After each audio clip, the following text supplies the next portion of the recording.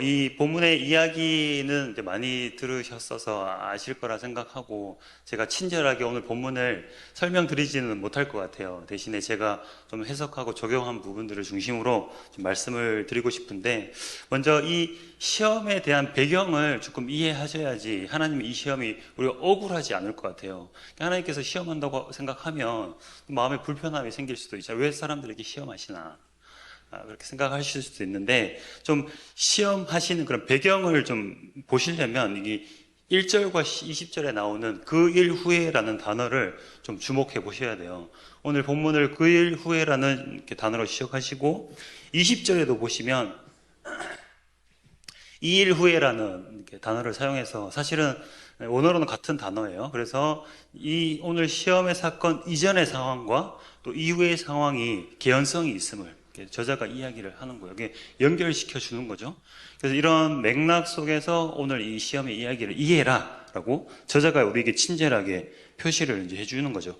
그래서 앞의 상황들을 좀 생각을 해보면, 아브라함이 창세기 12장에서 하나님께서 땅과 씨에 대한 약속을 주셨습니다. 이 가나안 땅을 약속의 땅으로 차지하게 해 주실 것이고, 또 너로 말미암아서 내 씨로 말미암아서 천하 만민이 복을 얻을 것이다라는 어떤 약속을 해 주셨는데, 12장부터 시작된 아브라함의 그 인생의 이야기들이 점진적으로, 그 인생의 이야기들 속에서 점진적으로 하나님의 그 약속이 성취가 되어 가죠. 그래서 여러 가지 경험들, 로마서의 표현을 빌리면 환난과 인내와 연단을 통해서 아브라함이 그 약속의 성취를 이루어가는 그런 과정들이 쭉 설명이 되고 있는데, 특별히 22장 앞부분 21장에서는 그 약속의 후사인 그 이삭이 태어나고 그 이삭과 그 서자인 이스마엘 사이에 갈등이 생겨서 그 이스마엘이 쫓겨납니다. 대신에 하나님께서 이 약속, 그 이삭이 내 약속의 씨앗이다라는 것을 확증해 주시죠. 그래서 아브라함이 나의 그 하나님의 언약의 후사가 이삭이구나를 받아들입니다. 그런 이야기들이 있고요. 그리고 21장 뒷부분에 보시면 그랄 왕 아비멜렉이라는 자가 와서 아브라함과 화친을 이렇게 요청을 해요. 그래서 내가 하나님과 함께 하시는, 너와 함께 하시는 그 하나님을 내가 보니 나와 함께 화친을 맺자. 나도 너를 후대할 테니 너 나를 후대해라. 이런 이야기를 하거든요. 그러면서 아브라함이 그 화친의 조약 가운데 슬쩍이 이제 자기의 우물의 소유권을 주장을 해요. 그래서 그 브엘세바라는 우물이 나의 소유다. 아브라함 종들이 열심히 팠는데 그 아비멜렉의 종들이 그걸 다 빼앗은 거예요. 그래서 그 이야기를 슬쩍이 끼워 넣으면서 그 우물이 나의 우물이다 하는 것을 얘기를 합니다. 그것이 의미하는 바는 뭐냐면, 아브라함이 목축업자잖아요. 그죠? 그리고 성경의 이야기를 통해서 많은 것을 떠돌아다녔다는 것을 우리가 봤어요. 그런데 그 목축업자가 그 양의 꼴을 찾아서 떠돌아다녀야 하는 그 목축업자가 한 곳에 우물의 소유권을 주장한다는 것은, 특별히 21장 뒷부분에 보시면 아브라함이 그곳에서 에셀나무를 심고 여호와 하나님을 찬양했다 이런 표현이 있어요. 그래서 나무를 심는 것도 무슨 의미일까? 그 목축업자가, 방랑하면서 살아가는 목축업자가 거기 나무를 심었어요. 이게 어떤 의미일까? 그것이 아브라함의 정착지가 되는 거죠. 정착지. 그래서 아브라함뿐만 아니라 그의 자손들 이삭, 야곱도 그 브엘세바에 거주하게 돼요. 하나님께서 이 땅을 너의 땅으로 차지하게 해주실 것이다 라고 큰 어떤 약속을 하셨지만, 그 약속이 성취되어 가는 과정 중에서 바로 앞의 상황에서 그 약속의 후사가 이삭이라는 것, 그리고 그 브엘세바의 정착지를 삼으면서 하나님의 어떤 주권 안에서, 그 약속의 성취 안에서 점점 약속이 이루어져 가는 모습을 저자가 그리고 있어요. 그리고 오늘 시험의 장면이 있죠. 이 뒤에 보면 이 일 후에 하나님의 약속에 대해서 이제는 아브라함이 적극적으로 그 약속을 일구어 가는 모습을 보여줍니다. 그래서 23장, 24장을 통해서 23장에서는 막벨라 굴을 사죠. 막벨라 굴을 사서 사라가 이제 죽은 후에 막벨라 굴을 자신의 어떤 장지로 값을 지불하고 사서 자신뿐만 아니라 그의 후대 자손들까지도 이 가나안을 고향으로 삼을 수 있도록 아브라함이 그 막벨라 굴을 소유합니다. 그리고 이삭이 또 아내를 맞이해서 또 약속의 씨를 얻을 수 있도록 하나님께서 24장에서 아브라함이 그 이삭의 아내인 리브가를 이렇게 데려오는 그런 장면이 기록되고 있죠.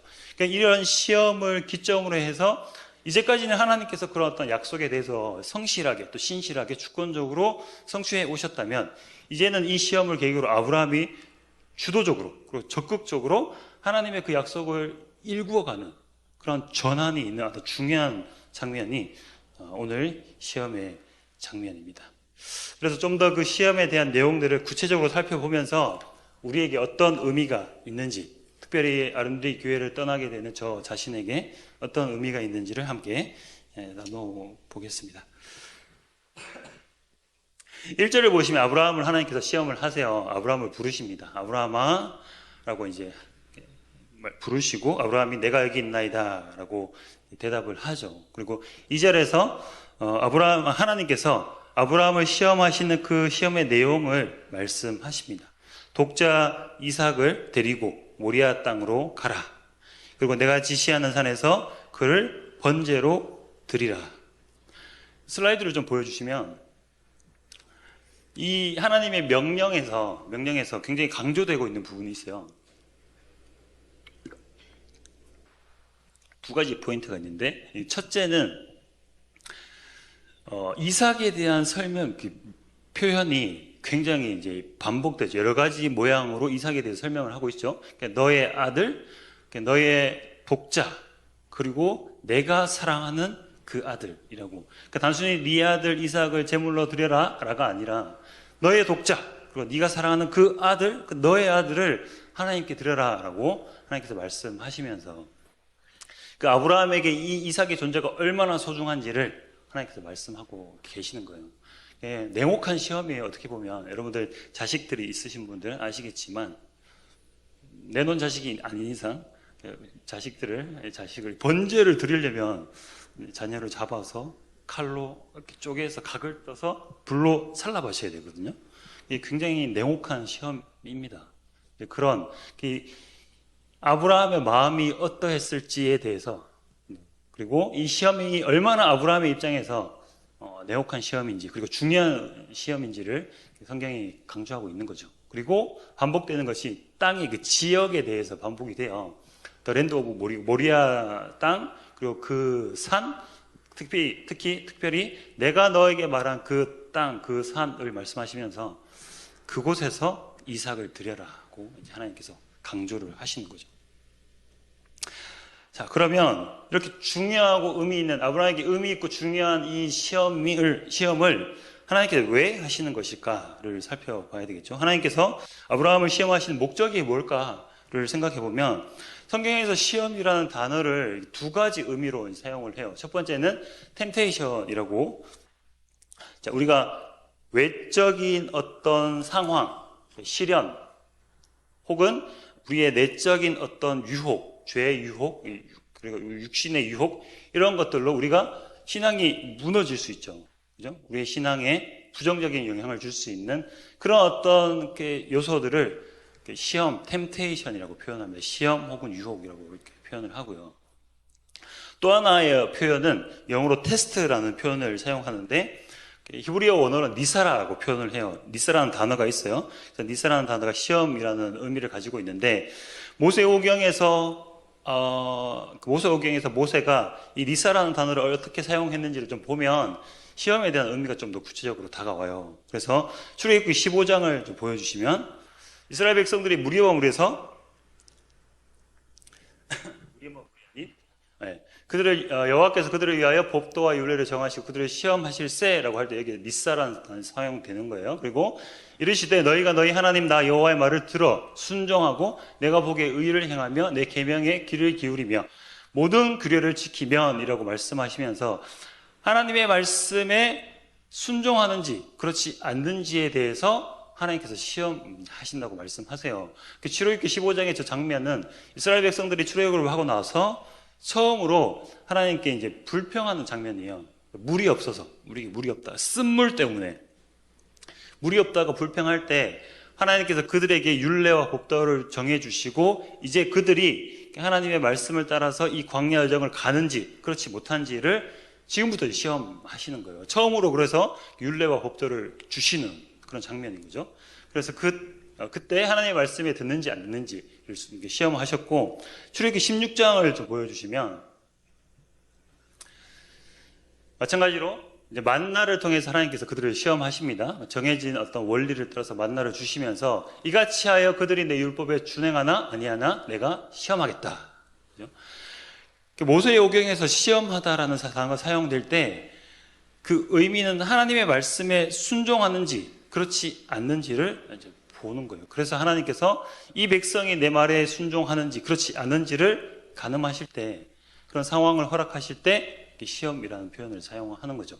그래서 반대로 사람의 편에서 하나님을 시험할 때가 있어요. 민수기 14장 말씀을 보시면 사람의 편에서 하나님을 시험하는데, 이같이 너희가 10번이나 나를 시험하고 내 목소리를 청종하지 아니한 그 사람들은 이라고 이야기하면서 가데스 바네아 사건입니다. 그래서 정탐을 하고 난 뒤에 그들이 두려움 가운데 하나님의 말씀에 불순종한 그런 상황에서 사람의 편에서 하나님을 시험했다고 표현을 하죠.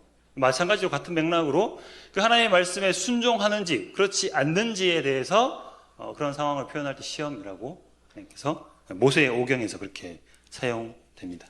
그래서 시험의 중요한 목적은 하나님의 말씀에 순종하는지 그렇지 않은지, 하나님의 말씀에 순종하는지 그렇지 않는지.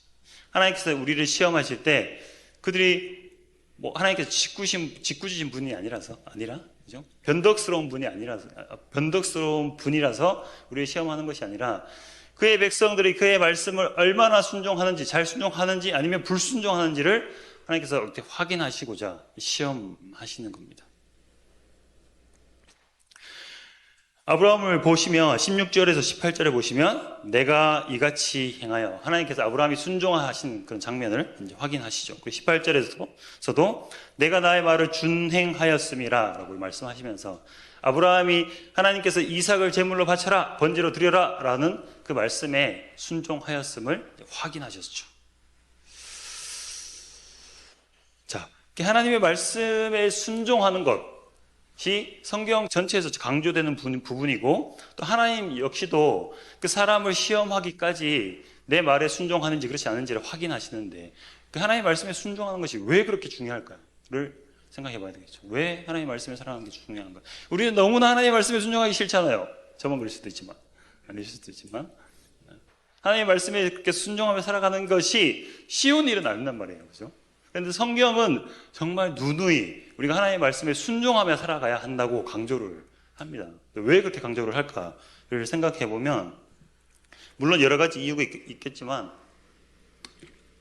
오늘 본문을 통해서 좀 살펴보면, 자, 하나님께서 그 하나님의 말씀에 순종하는 아브라함에게 나의 벗이라고 칭하세요. 야고보서 2장 21절을 보시면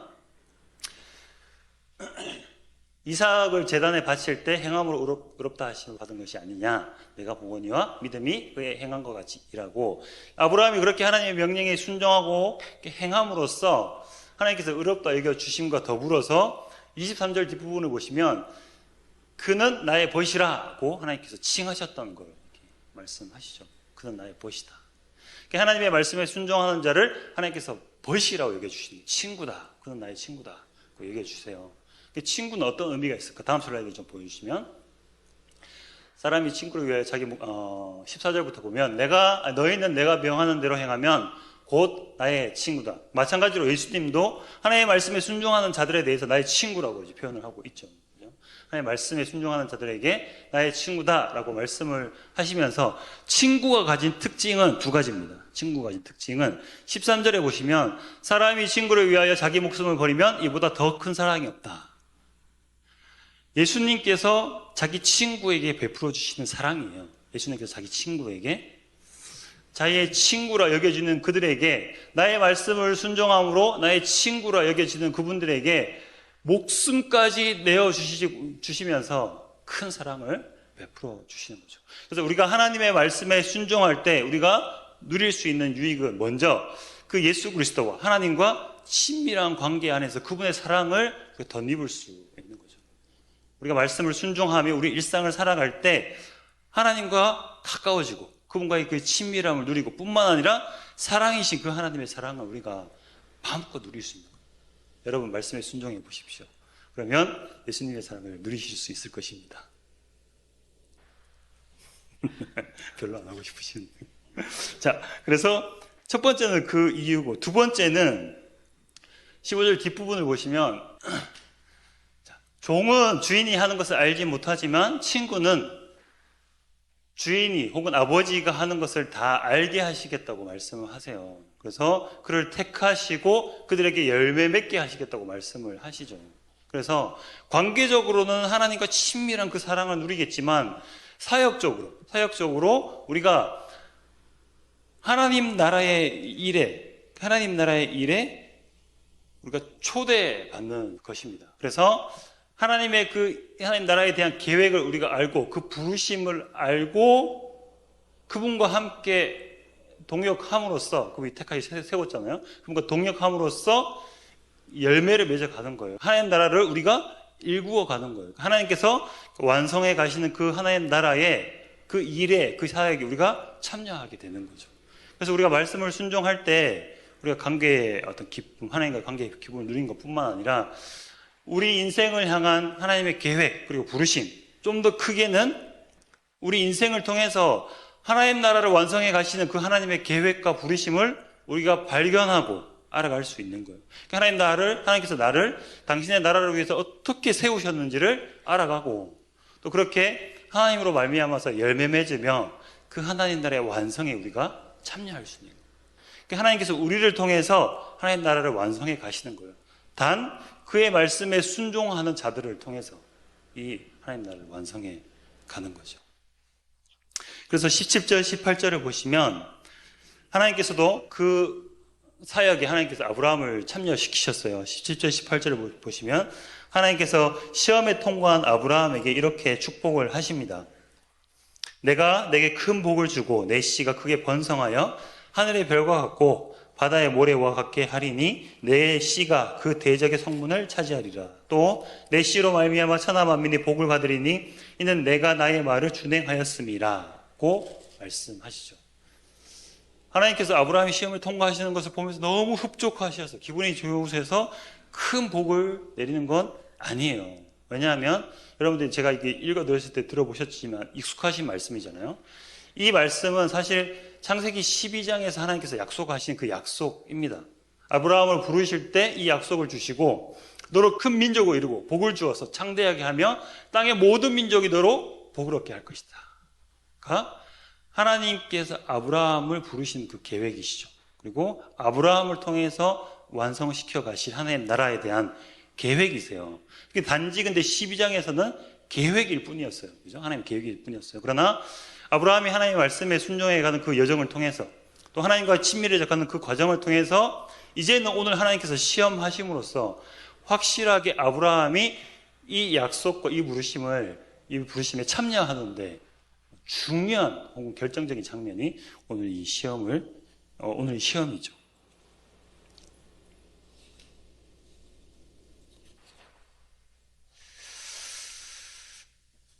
그래서 하나님께서 때로는 우리의 인생에 시험을 하십니다. 하나님의 시험을 받아보신 분도 계시겠지만, 그러나 우리가 모두가 하나님의 시험을 받지는 않는다고 생각해요. 혹은 그렇다 치더라도 우리가 하나님의 시험인가? 그렇지 않은가? 헷갈릴 수 있죠. 하나님께서 아브라함을 찾아오셔서 시험하시는 이 장면을 우리가 우리의 상황에서 직접적으로 연결하기는 물론 그렇게 할 수도 있지만 어렵지만, 모세는 신명기 8장에서 이스라엘 백성들이 불순종함으로 말미암아서 그 광야를 40년 동안 떠도는 그 시간을 하나님의 시험이라고 해석해줘요. 그들의 불순종으로 말미암은 어떤 죄의 결과를 하나님의 시험이라고 표현을 해줍니다. 그러므로 우리가 직접 하나님께서 우리에게 시험하지 않더라도 우리의 일상을 살아가면서 우리가 겪는 여러 가지 시련들, 그리고 우리의 시험들, 죄의 유혹과 우리의 본성의 어떤 육신의 유혹, 이런 것들과 맞서 싸우면서 우리가 충분히 하나님이 아브라함을 시험하시는 이런 상황들을 믿음으로 맞이할 수 있는 거죠. 어찌됐든 제가 강조드리고 싶은 것은 저뿐만 아니라 여러분들도 하나님의 말씀에 우리가 시험과 시련의 그런 상황들 속에서 하나님의 말씀에 순종하면서 그분의 말씀에 순종하며 살아갈 때 하나님께서 우리의 부르심을 발견하게 하시고, 그리고 우리가 하나님의 나라를 완성시켜 가시는 그 사역에 우리의 부르심을 통해서 동참할 수 있도록 우리를 초대하신다는 것, 여러분들 잘 기억해 주셨으면 좋겠습니다. 그리고 이런 시험, 우리를 그렇게 온전하게 하는 이 시험에 대해서 아브라함이 어떻게 반응했는지를 보면서 우리가 또 함께 도전을 나누고자 하는데, 사실은 이 성경 본문을 통해서 저자가 아브라함의 마음을 표현하진 않아요. 왜냐하면 21장에 보시면 아브라함이 근심했다는 표현이 있어요. 그러니까 이삭과 이스마엘이 갈등하는 그 장면에서 아브라함이 근심했다는 표현을 하면서 이 사람의 마음이 어땠는지를 표현하고 있는데, 오늘 본문에서는 그런 아브라함의 마음에 대한 표현이 전혀 없어요. 대신 직접적으로 그의 마음을 표현하지 않는 대신 그의 말과 행동을 통해서 이 사람의 마음이 어땠는지를 더 선명하게 전달을 하고 있습니다. 그래서 보시면 3절을 보시면 아브라함이 일찍 일어났다는 표현이 있죠. 일찍 일어났다는 표현이 있는데, 아브라함이 원래 부지런해서 뭐 그런 의미는 아니고요. 성경에서 이 일찍 일어났다는 표현의 용례를 좀 보시면, 특별히 21장을 보시면 하나님께서 이스마엘을 내쫓아라 라고 말씀하셨을 때 아브라함이 그 하나님의 뜻을 받아들이고 그 다음날 일찍 일어나서 이스마엘을 이렇게 떠나보냅니다. 나름의 아브라함의 어떤 선택과 결단이 선 거예요. 그래서 일찍 일어났다는 이 표현은 아브라함의 이 시험에 반응하는 그 행동 자체가 망설임이 없음을 표현하는 겁니다. 그리고 반복되는 단어들을 통해서 이 심경을 표현하고 있는데, 1절, 7절, 11절에 하나님의 부르심에 대해서, 시험을 하시고자 하는 하나님의 부르심에 대해서, 또 7절에서는 그 아들 이삭이 재물에 대해서 이제 의구심을 품으면서 묻거든요. 재물은 어디 있습니까? 우리가 불과 나무는 가져가는데 재물은 어디 있습니까? 라고 얘기할 때, 부모의 입장에서 내가 이제 번제로 불살라 바쳐야 되는 이 아들이 나에게 그런 질문을 했을 때 마음이 편치는 않았을 것 같아요. 아브라함은 진심이었거든요. 진심으로 그 아이들을 정말 찔러서 쪼개서 불살르려고 했어요. 그래서 하나님께서 아브라함아, 아브라함아 라고 부르면서 결정인지 하면서 등장을 하시는 거죠. 내 곁에 있는 종우 같은 아이를 내가 죽여야 되는데, 칼로 찔러서 불살라 바쳐야 되는데, 그 아들이 재물은 어디 있습니까? 라고 나에게 질문해올 때 우리의 마음이 편치는 않을 거잖아요. 편치는 않을 것인데, 그럼에도 불구하고 아브라함은 1절과 마찬가지로 의연하게 내가 여기 있다라고 표현을 합니다. Here I am. 그리고 11절을 보시면 마찬가지로 이삭을 하나님께 바치려고 할 때 다급하게 하나님께서 부르시죠. 아브라함아, 아브라함아 부르실 때 Here I am. 여전히 의연한 아브라함의 모습입니다. 반대로 하나님 편에서 오히려 다급해졌죠. 제가 그 강의하는 시트지에 그 영어 성경의 번역을 이렇게 비교해서 보내드렸는데, 아브라함은 요동하지 않아요. 아브라함의 반응은 변함이 없습니다. 그러나 하나님의 반응이 변했죠. 처음엔 그냥 아브라함이라 부르셨지만 이번에는 두 번 연거푸 부르시면서 하나님의 그 다급해진 그 마음을 저자가 기록을 하고 있습니다. 이런 의연함은 어디에서 왔을까요? 아브라함의 이런 의연함. 아들을 죽여야 하는 그런 상황에서도, 아들을 번제로 불살라야 하는 그 상황에서도 어떻게 의연했을까를 보시면 히브리서 기자가 우리에게 그 상황을 설명을 해주고 있습니다. 그래서 그에게 이미 말씀하시기를 내 자손이라 칭할 자는 이삭으로 말미암으리라 하셨으니 그가 하나님이 능히 이삭을 죽은 자 가운데서 다시 살리실 줄로 생각한지라. 아브라함이 하나님의 약속을 믿었던 거예요. 하나님께서 하신 약속. 이삭을 통해서 천하 만민이 복을 받을 것이다. 이삭을 통해서 너의 자손들이 생육하고 번성할 것이다. 라는 그 약속을 신뢰한 거죠. 하나님의 약속을 신뢰하고 당장의 이삭은 죽을지 모르겠지만 하나님께서 그를 다시 살리실지라도 이삭을 통해서 나에게 씨와 번성을 허락하실 것이다. 그것을 이렇게 신뢰한 거예요. 그러므로 아브라함이 이렇게 즉각적으로 반응하면서 의연하게 이 시험을 감당할 수 있었던 거죠.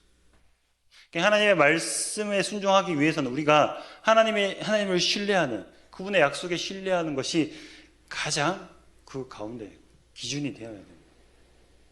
그분을 신뢰하지 못하면 그분을 순종할 수 없어요. 그리고 그분의 약속에 대해서 내가 신뢰하지 못하면 결코 하나님께 순종할 수가 없습니다. 그리고 오늘 본문에서 저자가 한 가지 단어를 5번을 사용해서 이 본문에서 이 단어를 반복해서 사용하면서 아브라함의 심경의 변화를 이렇게 묘사하고 있어요. 우순 집사님께서 이제 글쓰기를 하시잖아요. 그래서 혹시 잘 이 상황을 이해하실지 모르겠어요. 어떤 특별한 장치를 사용해서 뭔가 이렇게 반복해서 그런 상황들을 이렇게 설명함으로써 더 이제 효과를 부각시키는, 주제를 부각시키는 그러한 장치들이 여기에 있는데, 그 단어가 바로 이제 라라는 단어입니다. 슬라이드를 보여주시면 오늘 본문에서 라라는 단어가 5번 사용이 되었어요. 그래서 4절, 8절, 13절, 14절에서 사용되었는데, 처음에 사용되었을 때는 이제 아브라함이 이 라라는 단어는 보다, 생각하다, 준비하다 이런 의미를 가지고 있습니다. 그래서 멀리 바라보았다, 살펴보았다, 그리고 준비되었다라고 오늘 본문에서 사용이 됐죠. 그래서 첫 번째 사용된 라는 아브라함이 종들과 함께 또 아들과 함께 그 하나님께서 정하신 땅을 그곳으로 가면서 한 3일 길을 지난 후에 이제 멀리서 그곳을 바라보는 장면이에요.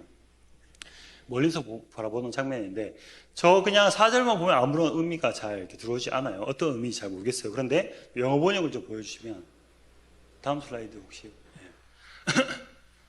그 문장을 굉장히 불편하게 만들었어요. 그러니까 아브라함이 그냥 저 산을 바라보았다라고 표현해도 될 텐데, 굳이 눈을 들었고 그것을 바라보았다고 이 표현을 하고 있죠.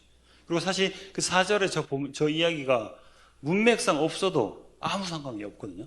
문맥상 없어도 내용 흐름에 아무 상관이 없어요. 그럼에도 불구하고 저자는 굳이 아브라함이 눈을 들어서 저 멀리를 바라본 곳, 그 멀리는 하나님이 정하신 곳이죠. 그곳을 바라본 것과 아브라함의 행동을 구체적으로 주민하면서 그가 눈을 들었고 그것을 바라보는, 먼발치를 그렇게 바라보는 그 장면을, 그 행동을 집중시키고 있습니다.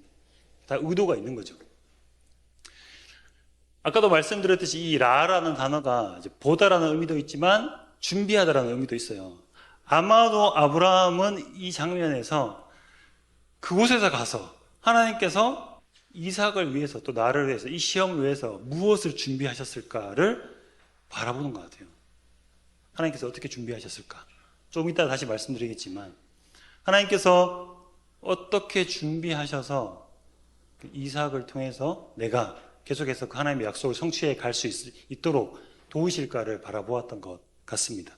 그리고 다음을 두 번째로 나오는 8절을 보시면 아들 이삭이 아브라함에게 재물은 어디 있냐고 질문을 한 후에 아브라함이 이삭에게 대답을 합니다. 8절에서 아브라함이 이르되 내 아들아 번제할 양은 하나님이 자기를 위하여 친히 준비하시리라 하고 두 사람과 함께 나갔다. 하나님께서 준비하실 것이다 고 말씀을 하시는 거죠. 이 라라는 단어를 사용해서 준비하실 것이다 고 아브라함이 하나님의 준비하심에 대한 기대가 있음을 이야기를 표현을 합니다. 그리고 13절을 보시면 이 13절의 말씀은 시험이 끝난 상황이에요. 끝난 상황이어서 하나님께서 아브라함아 내가 이제 너가 나를 경외한 줄 아노라 라고 말씀하시면서 이 이야기가 들어가 있어요. 그러나 사실 이 이야기를 아까도 말씀드렸지만 이 이야기를 빼더라도 내용 흐름에 아무런 문제가 없어요. 그래서 네가 나를 준행하는구나, 네가 나를 경외하는구나, 내가 이제 알았다 라고 말씀하면서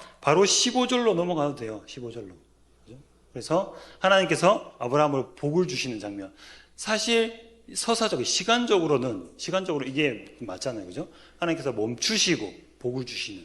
이게 흐름이 자연스러운 건데 굳이 14절과 16절을 이렇게 넣어 놓은 거예요. 특별히 14절을 통해서 아브라함이 아까와 마찬가지로 불편하게 기록을 한 거예요. 그의 행동을 집중하도록. 그래서 아브라함이 눈을 들고 찾습니다. 아브라함이 찾은 것은 숫양이죠.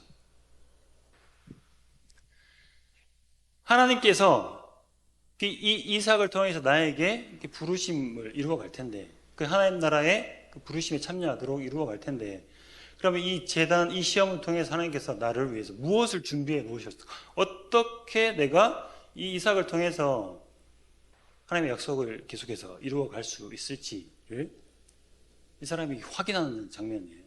분명히 시험은 멈췄어요. 하나님께서 멈춰라 라고 말씀하셨어요. 그럼 멈출 수 있죠. 근데 아브라함은 그의 행동을 통해서 아브라함이 기대하고 있던 바를 저자가 설명을 합니다. 하나님께서 준비하신 것이 무엇인지, 내가 저 산에서 하나님의 시험을 통해서 이삭을 통해서 하나님께서 계속해서 이 언약을 이어가실 거라는 것은 알지만 어떻게 하실 것인지에 대한 확신은 없었을 것 같아요. 그러나 저 장면에서 하나님께서 그 양을 숨겨두시고 이 양을 통해서 이삭 대신 바치게 하심으로써 이삭을 통해서 하나님의 그 약속을 계속 이어가게 하시는구나를 저기서 발견한 거죠. 하나님의 준비하심을 저 장면에서 발견한 것. 그리고 14절에서 여호와 하나님을 이삭이 찬양하는 장면이, 아브라함이 찬양하는 장면이 나와 있습니다. 여호와 하나님께서 준비하셨다. 여호와의 산에서 준비될 것이다. 다음 슬라이드를 한번 보여주시겠어요? 저에게 앞으로 펼쳐질 길인 것 같습니다. 아름드리 교회를 사임한 이후에 물론 하나님께서 저희에 대한 부르심, 영혼을 사랑한 사역자와 진리를 추구하는 자로서의 부르심은 제가 이제 알았지만, 그러나 계속해서 그 여정을, 그 부르심을 구체화해 가고 내가 어느 곳에서 어떻게 그 부르심을 일궈 가야 할지에 대한 그걸 찾아가는 그 여정은 아마도 저기는 저렇게 꼬불꼬불한 길과 오르막과 내리막이 있는 저런 길이 아닌가 생각을 합니다. 아름드리 교회에 나가서 편하지는 않을 것 같아요. 고생을 많이 할 것 같다는 생각은 하는데, 그럼에도 불구하고 저는 여호와의 하나님을 준비하신, 당신의 준비하심을 기대하면서 이 여정을 가려고 합니다. 아브라함이 그의 시험에서, 하나님의 시험에서 잔혹하고 냉혹한 그의 시험이었지만, 그럼에도 불구하고 여호와께서 어떻게 나를 통해서 당신의 나라를 일구어 가시며 그 약속을 이루어 가실지를 기대하는 마음을 가지고, 어떻게 하나님께서 준비해 가실지를 소망하는 마음을 가지고 저도 아브라함과 같이 저 여정을 가려고 합니다. 저뿐만 아니라 제가 또 여러분들에게 도전드리고 싶은 것은, 마지막으로 제가 지난 10월 달에 이제 사역협의회를 다녀오면서 굉장히 아름드리 교회의 다음 여정에 대해서 많이 도전받는 시간이 있었습니다. 그 이재천 목사님께서 복음전도 운동이라는 것에 대한 비전을 소개해 주셨을 때, 그때 우리가 함께 사역협의회를 참여했던 모두 사역자들의 마음이 이제 뜨거워지고 다시금 열정이 불러일으켜지는 것을 경험했는데, 하나님께서 아브라함에게 하신 그 천하 만민에게 복을 끼치겠다는 그 약속이 오늘날도 여전히 유효한 것 같아요. 오늘날도 하나님의 말씀에 순종해 가는 자들을 통해서 그 약속을 이루어 가십니다. 여러분들께서 이 아름드리 교회가 하나님의 말씀에 그렇게 순종한다면, 하나님께서 아브라함을 통해서 그 시작하신 그 하나님의 온 세계를 향한, 온 인류를 향한 구속의 사역이 아브라함과 함께 여러분들을 통해서도 이루어져 가는 거죠. 그래서 아름드리 교회가 이제는 심장을 장착한 것 같아요. 아름드리 교회의 심장이 영성훈련이잖아요. 영성훈련인데 그 영성훈련을, 심장을 뛰게 하는 것이 뭔 것 같으세요? 항상기도 영성 믿음입니다. 심장을 장착했는데 이 심장을 움직여야 되잖아요. 이 심장을 움직이기 위해서, 우리 일상을 깨워서 살아가기 위해서 그 좋은 여러 가지 훈련 프로그램들을 내 일상에서 하나님과 교제하는데 그리고 하나님의 말씀에 순종하는데 사용하시려면 이 항상기도 영성 리듬이 필요하신 거예요. 그래서 이 심장을 뛰게, 벌떡벌떡 뛰게 할 것이 이 항상기도 영성 리듬인데, 좀 복잡하지만 어렵지만 여러분들이 목사님의 권면에 순종하시면서 심장을 장착하시고 그 심장을 뛰게 하셔서 그 아브라함을 통해서 천하 만민이 복을 받게 하신 것처럼 여러분들을 통해서 여러분들 주변에, 여러분들 가정에, 직장에, 삶의 터전에서 그들에게 복을 끼치는 자로서 그렇게 복음을 전하면서 그렇게 살아가는 우리 아름드리 공동체가 되어 가기를 소망합니다. 그 일에 하나님께서 반드시 준비하시고 예비하신 길이 있으실 거예요. 하반기 혹은 그 이후부터 이 복음 전도 운동을 본격적으로 시작하실 텐데 그 사역을 위한 하나님의 준비하심, 예비하심을 여러분들 기대하시면서 이 여정을 힘있게 나아가시기를 마지막으로 당부드리겠습니다.